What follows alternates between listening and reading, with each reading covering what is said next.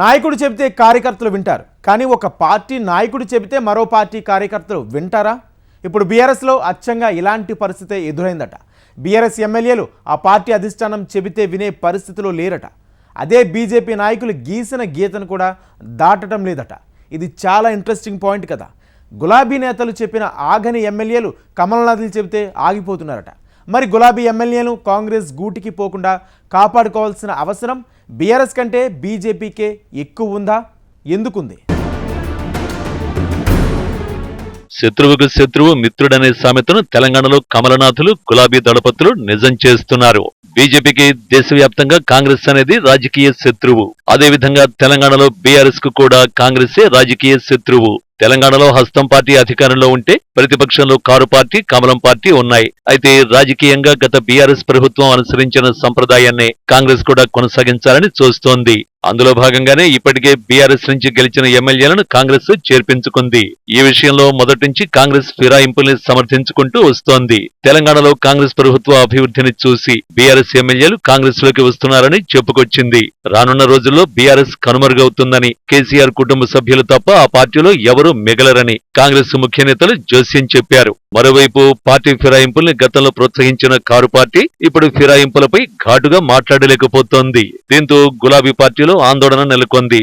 ఇక్కడే కమల దళానికి కావలసినంత స్కోప్ ఏర్పడిందంటున్నారు రాజకీయ పరిశీలకులు.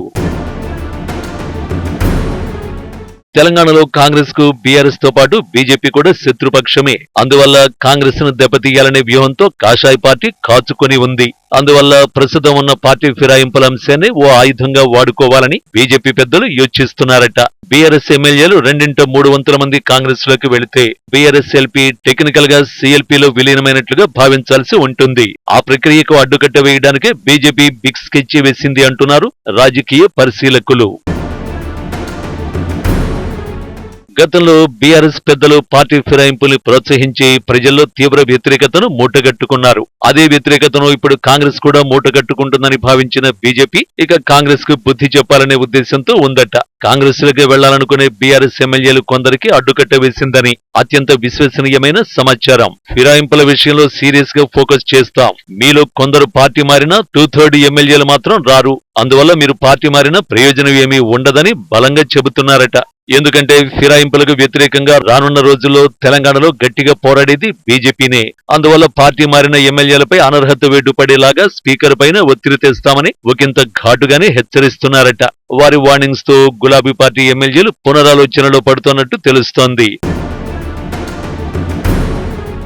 బీఆర్ఎస్ ఎమ్మెల్యేలు పార్టీ మారితే వారికే నష్టమని బీజేపీలో ఉన్న ముఖ్య నేతలు కొందరు పార్టీ మారదలుచుకున్న వారిని ఐడెంటిఫై చేసి పునరాలోచనలో పడేలా చేస్తున్నట్టు తెలుస్తోంది. దీంతో పార్టీ మారదామనుకున్న ఎమ్మెల్యేలు ఊగిసలాటలో పడుతున్నారట.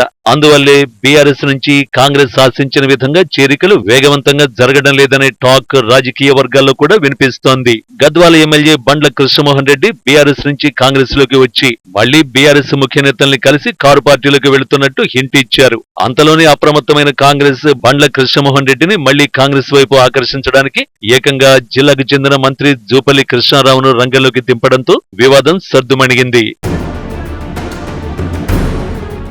ఇక బీఆర్ఎస్ నుంచి కాంగ్రెస్ లోకి వెళ్లిపోయిన దానం నాగేందర్ విషయంలో బీజేపీ నాయకులు ఇప్పటికే సీరియస్ గా ఉన్నారు. దానం నాగేందర్ బీఆర్ఎస్ ఎమ్మెల్యేగా గెలిచి కాంగ్రెస్ లో చేరి సికింద్రాబాద్ కాంగ్రెస్ ఎంపీ అభ్యర్థిగా పోటీ చేశారు. దీంతో దానం నాగేందర్ పై అనర్హత వేటు పడే విధంగా బీజేపీ అన్ని ప్రయత్నాలు ముమ్మరం చేసిందట. ఇక రానున్న రోజుల్లో పార్టీ ఫిరాయింపుల్ని ప్రోత్సహిస్తే ఇంకా సీరియస్ గా కార్యాచరణతో ముందుకు వెళ్లాలని బీజేపీ యోచిస్తోంది. ఈ కారణాల చేతనే పార్టీ మారాలనుకుంటున్న ఎమ్మెల్యేలు పలువురు మనసు మార్చుకున్నట్టు తెలుస్తోంది. పార్టీ ఫిరాయింపులపై బీజేపీ సీరియస్ గా ఫోకస్ పెట్టడం వల్లే బీఆర్ఎస్ ఎమ్మెల్యేలు కాంగ్రెస్ లోకి వెళ్లాలంటే జంకుతున్నారట. వారు పార్టీ మారినా 2/3 ఎమ్మెల్యేలు కాంగ్రెస్ లోకి వచ్చేలాగా లేరని కమలనాథులు బ్రెయిన్ వాష్ చేస్తున్నారట. అంతేకాదు కారు దిగి హస్తం గుటికి చేరిన ఎమ్మెల్యేలు కూడా సంతృప్తిగా లేరని చెబుతున్నారట. కేంద్రంలో బీజేపీ అధికారంలో ఉంది కాబట్టి ఆ పార్టీ ముఖ్య నేతలు చెబుతున్నా వినకుండా ముందుకు వెళితే భవిష్యత్తులో ఎమ్మెల్యే సభ్యత్వం రద్దయితే తమకే ఇబ్బందిగా మారుతుందని బీఆర్ఎస్ ఎమ్మెల్యేలు లెక్కలు వేసుకుంటున్నారట. దానికి తోడు ఇప్పటికే బీఆర్ఎస్ భవిష్యత్తులో బీజేపీలో విలీనమయ్యే అవకాశాలు ఉన్నాయని రాజకీయ వర్గాల్లో టాక్ ఊపందుకోవడంతో ఇప్పుడున్న బీఆర్ఎస్ లోని కంటిన్యూ అయితే మేలని ఊగిసలాడుతున్న ఎమ్మెల్యేలు యోచిస్తున్నారట. ఒకవేళ పార్టీ మారితే సభ్యత్వం రద్దయితే ఓవైపు కాంగ్రెస్ ఇచ్చిన హామీలు నెరవేర్చే విధంగా అడుగులు వేయడం లేదు కాబట్టి కాంగ్రెస్ పైన వ్యతిరేకత పెరిగి గెలిచే అవకాశాలు సన్నగిలుతాయని ప్రాక్టికల్ కోణంలో ఆందోళన చెందుతున్నారట. అలా కాకుండా భవిష్యత్తులో బీఆర్ఎస్ కనుక బీజేపీలో విలీనమైతే ఎలాంటి ఇబ్బంది ఉండదని, రాజకీయ భవిష్యత్తు బాగుంటుందనే ఆలోచనలు కూడా ఎమ్మెల్యేలు పడ్డట్టు తెలుస్తోంది. మొత్తానికి కాంగ్రెస్ లోకి 2/3 బీఆర్ఎస్ ఎమ్మెల్యేలు రాకుండా బీజేపీలోని ముఖ్య నేతలే అడ్డుకుంటున్నారని పొలిటికల్ సర్కిల్స్ లో టాక్ వినిపిస్తోంది. మరి ప్రస్తుతానికి బీఆర్ఎస్ ఎమ్మెల్యేలు కాంగ్రెస్ లోకి రాకుండా అడ్డుకుంటున్న బీజేపీ భవిష్యత్తులో ఏ మేరకు 2/3 విలీనం కాకుండా ఆపగలుగుతుందో వేచి చూడవలసిందే అంటున్నారు రాజకీయ విశ్లేషకులు.